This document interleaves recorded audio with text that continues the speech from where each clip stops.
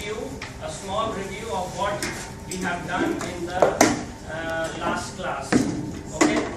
Basically, in the last class, we have said that the source of any kind of engineering, or the power behind engineering, or the thing that really drives engineering, the driving force behind engineering is energy, right?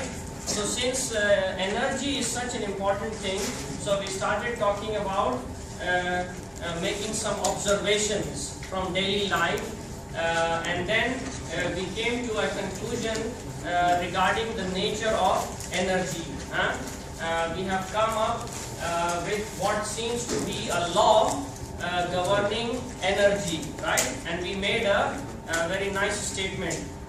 All of you helped in making that statement. Basically, we made a statement that energy cannot be destroyed, and then someone added or created.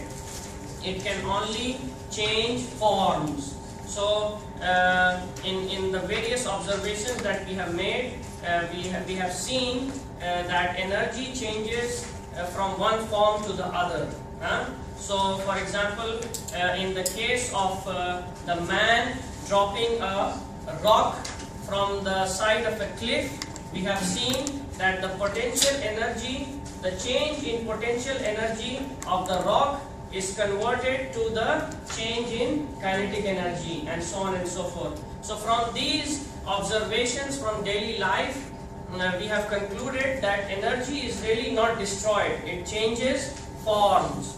And then we said that in order to take this theory and make applications, there is a very crucial link between theory and application.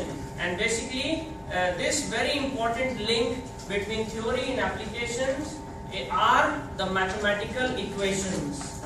So the mathematics is basically what enables you to take theory and apply it. Okay, so apart from the general statement of the conservation of energy, we have also translated this statement into a mathematical equation, right? So I will write it on the board over here, and you will help me write it. So please give me the most general form of the conservation of energy equation that we have derived. Yes. Delta E of the system is equal to E in minus E out. And I have also pointed out to you some of the mistakes that students commonly make in writing this statement. Okay, so unfortunately some students will write E of the system is equal to E in minus E out.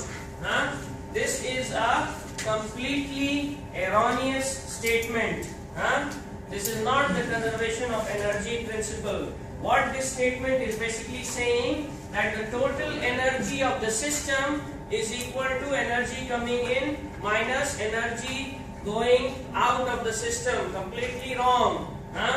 Some other students, they will put a delta over here, but they, for some reason, they like the delta so much that they put the delta everywhere.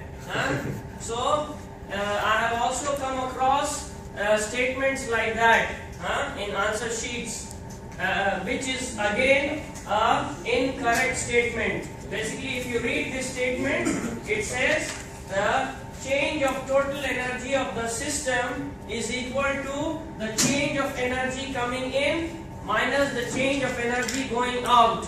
Again, just like the previous example, this is also an incorrect statement. So the correct statement is the one given in the red over here, or this one.